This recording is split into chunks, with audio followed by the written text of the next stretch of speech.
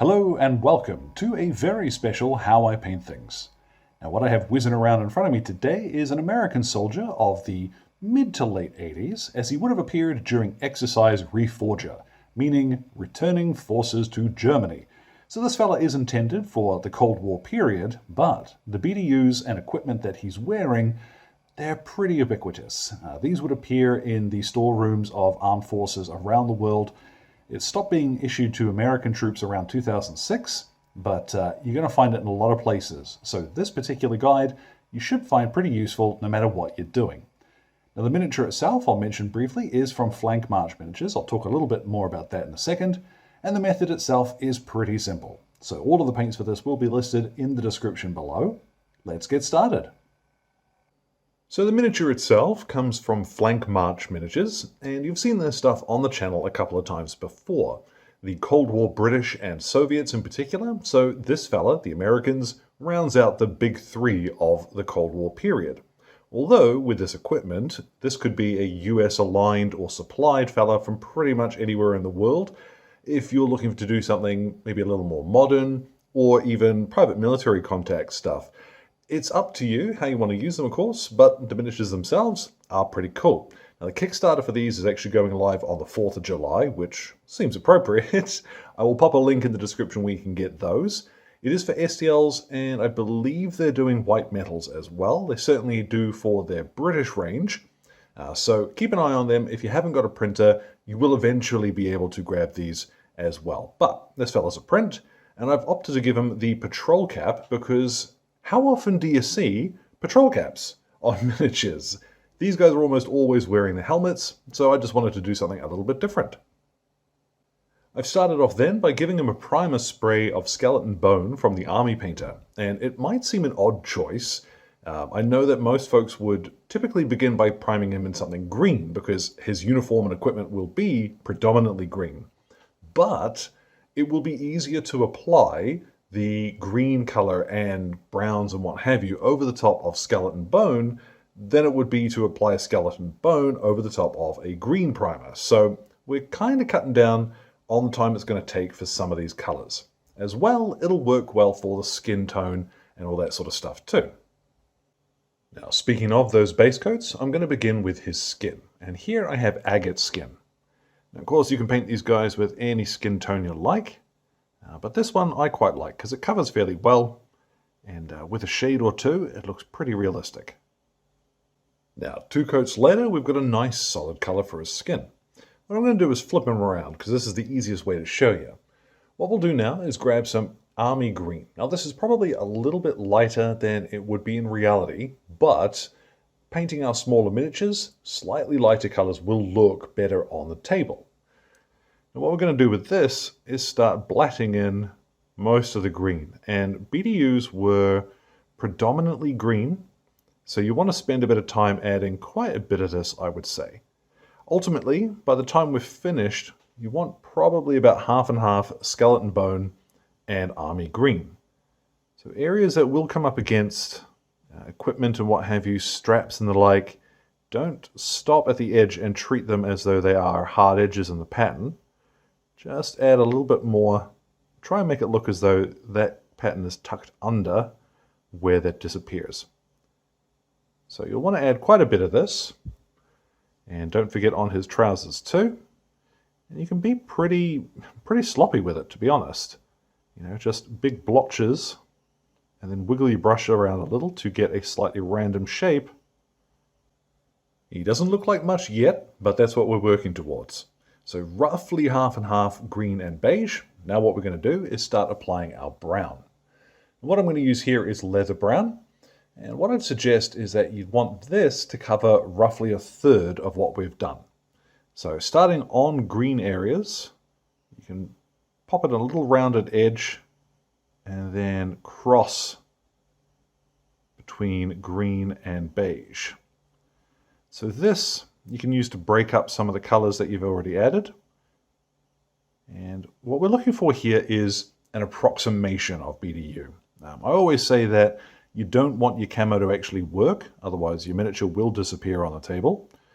As well, the easiest way to think of this is to look at what video games do when they are rendering complex patterns at a difference. They just sort of break them down, blob them out a little bit, and what you're really getting is just colors, an impression of what those would be like. So instead of super complex details, just little splats of color will do fine. Don't forget up on his collar too to add a little bit there as well, and his hat as well, of course. So there our pattern is starting to take shape. Like I said, a bit brighter than you would probably expect, but at arm's length, that is going to look the business. What we'll do now is the black bits. And I'm using here a matte black, funnily enough, and this is where you want to add the least. So the shapes here were normally quite small and a little bit more precise than the others so far. So what we'll do is just cross some of the brown and green. So here you want to make sure that this is where your pattern really starts to come together. Now there's the majority of the pattern laid down. What we're going to move to now is his webbing. Now there's a couple of ways you can go about this. You'll probably see that I have left it the primer color. Quite commonly these would have been produced actually in a BDU style sort of camo pattern. So if you just want to paint straight over the top of them while you are doing the camo, you can do that. But I'm going to use here camouflage green. And what I'm going to do is paint them in the sort of one color, more olive drab look. Now, the idea here is that it's going to split up some of the pattern and make it look a little bit more visually interesting. Now it might be slightly anachronistic doing the completely green Alice set, but like I said, I think it does split up the miniature in a more interesting way visually. So up to you if you want to leave it as the camo pattern. If you do, be a little bit more careful when you are applying that, it'll look more interesting, but this works fine for what I've got in mind.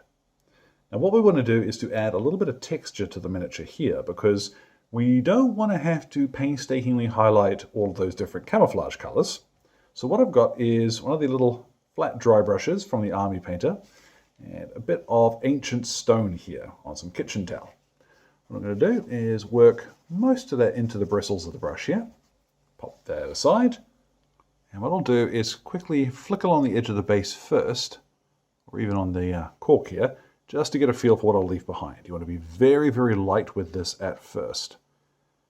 So what I'm trying to do here is just build up, first of all, on the Alice, I can get some texture there. We'll get the edges of that. But on the uniform as well, introduce a kind of dusty presence with this color. The idea is that when we shade this, it's all going to come together a little bit more effectively. But it will look a touch more realistic without having to spend forever, like I said, highlighting each of those colors individually.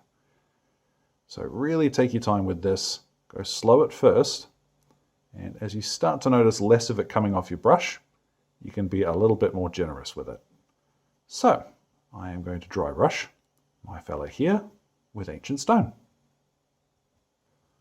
Now at the moment that's going to look a little bit dusty, and that is ideally what we want. If there's any bits we've ended up putting maybe just a bit too much on, like up on this black bit on his shoulder here, I want that to be a little bit more visible. So I can just go back and I have thinned my black down a little bit more than usual just to dot that in, make that a little bit more prominent. Now anywhere that you've gone a little heavy, you can tidy that up now with your base colors if you want to. But while I've got the black on my brush, what I'm going to do is paint in his M16. Now, sometimes I do like to go for a very dark gray instead of a true black. But I want the M16 here to look a little bit more, cartoony is not the word, but unnatural. Now the very last of the base coats we're going to apply is strap gray. Now this one comes from the German historical paint set, but you could use black here if you really wanted to. I just think as this dries and it becomes slightly darker, it's a little more realistic that his boots, when we shade them, there's going to be a bit more texture visible because it's not a pure black. Up to you though, you can use pretty much anything you fancy here. I just like strap gray. Now once you've gone back to do any tidy up that you need to do, it's time to mix up our wash. And what I've put here is equal parts of strong tone and the speed paint medium, because I don't want this to stain terribly much. I want it to run away from the flatter areas of the miniature, but I do still want the shading in the recesses. So by applying this over the whole miniature, so by thinning it out, you'll see I do get to change the color of the uniform a little bit, but it's not going to be super dark when it dries. So we're going over the entire miniature, and yeah, just pay attention, make sure that you are getting it into the recesses. If you do decide to use something else like Agrax Earthshade or similar, same as I have done here, you still want to thin it out a little bit. I do tend to find almost every one of the shades, washes, call them what you will, from most manufacturers, they do perform a little bit better once you thin them down a touch. So, once I'm finished with this, I'm going to pop them in the sun. He'll be dry in about 3 seconds. But give him about a half an hour for things to dry and properly settle. And then once that has dried, he's basically done. I'm not going to do anything else to the uniform or his equipment. That's pretty much spot on. I am going to varnish him though, because you'll find that most washes are going to dry a little bit shiny. But before we do that, I do just want to add a couple of highlights. There's nothing saying you couldn't put him on the table like this. He looks fine. But what I have is some barbarian flesh. And I'm going to go over most of the skin with a little bit of this. Just leaving that shaded stuff in the recesses. And then to finish off the skin, I have some Dorado skin. Now this is quite a jump color-wise. This is a fair bit brighter. So what I want is to thin it down a little bit more than I normally would. You do want your paint to be slightly translucent here. So this time we're just concentrating on like the tip of his nose, edges of his cheekbones, his chin. I'll do the backs of his knuckles with this as well.